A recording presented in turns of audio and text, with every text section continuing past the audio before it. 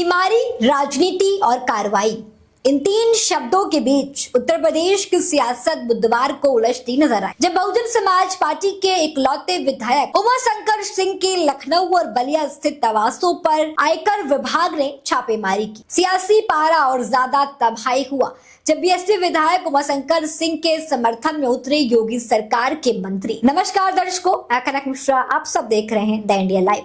इस खबर में हम आपको बताएंगे कि बीजेपी के मंत्री ने आईटी के इस रेड पर उमाशंकर सिंह के समर्थन में बयान दिया और कड़ा रुख अपनाया। वहीं बीएसपी सुप्रीमो मायावती ने ट्विटर पर ट्वीट किया और तो और अखिलेश यादव ने भी कई सवाल उठाए हैं। दरअसल इनकम टैक्स डिपार्टमेंट ने बुधवार यानी कि 25 फरवरी को उत्तर प्रदेश में बहुजन समाज पार्टी के अकेले विधायक उमाशंकर सिंह के लखनऊ और बलिया वाले घर पर छापेमारी की। इस दौरान इनकम टैक्स डिपार्टमेंट ने किसी को विधायक उमाशंकर सिंह के आवास पर जाने की अनुमति नहीं दी। बता दें, उमाशंकर सिंह कैंसर से पीड़ित हैं, जिससे ये मामला और भी ज्यादा हाईलाइट हो गया। इसी के चलते बसपा सुप्रीमो ने एक ट्वीट कर दिया। उन्होंने लिखा कि उमाशंकर सिंह ने पार्टी में आने के बाद से पूरी ईमानदारी और निष्ठा के साथ अपनी जिम्मेदारी निभाई है। उन्होंने दावा भी किया कि उनके खिलाफ अवैध संपत्ति अर्जित करने या किसी अन्य गलत कार्य की कोई शिकायत नहीं रही है। बसपा प्रमुख ने यह भी कहा कि यदि आयकर विभाग को कोई शिकायत मिली थी तो विधायक के स्वास्थ्य को देखते हुए उनसे बाद में पूछताछ कर लेते। उन्होंने मौजूदा कार्रवाई को अति दुर्भाग्यपूर्ण और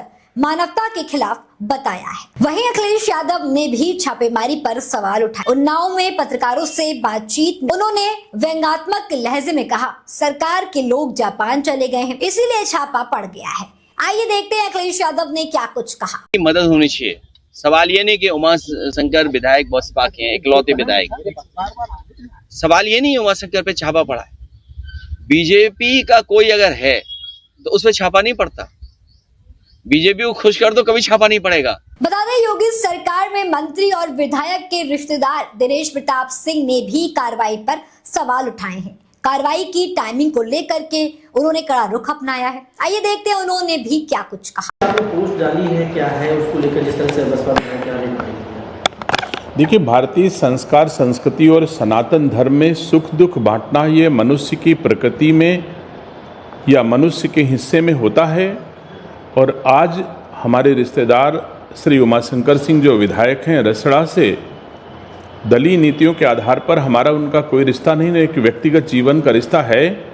और ऐसे में सुख दुख बांटना हर रिश्तेदार परिवार के लोगों की जिम्मेदारी बनती है। आज उनके घर पर आयकर विभाग ने रेड की, जबकि देश प्रदेश के राजनेता, देश प्रदेश की संस्थाएं सब जानती हैं कि 2 वर्षों से श्री उमाशंकर सिंह जी को ब्रेन का 4थे स्तर का कैंसर है।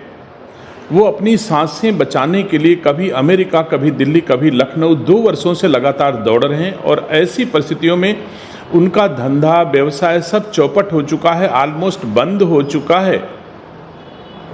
उसके बावजूद उनके घर में रेड किया जाना इन परिस्थितियों में, और जिस प्रकार से रेड की जा रही है कि उनके घर में नर्स और चिकित्सक जाने का भी अवसर नहीं दिया जा रहा है। अगर कोई हानि, जीवन की हानि होती है तो इसके लिए संस्थाएं जिम्मेदार होंगी।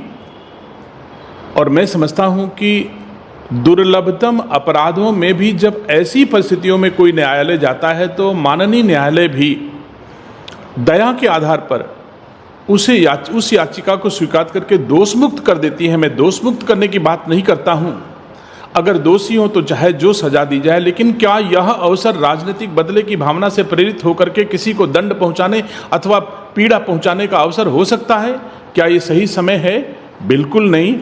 इसलिए ईश्वर सद्बुद्धि दे उन राजनेताओं का जो बदले की भावना से पीड़ा पहुंचा रहे हैं। इन परिस्थितियों में मैं समझता हूं किसी भी संस्था को ये हक नहीं है और इस समय ये कार्रवाई किसी दशा में उचित नहीं कही जा सकती।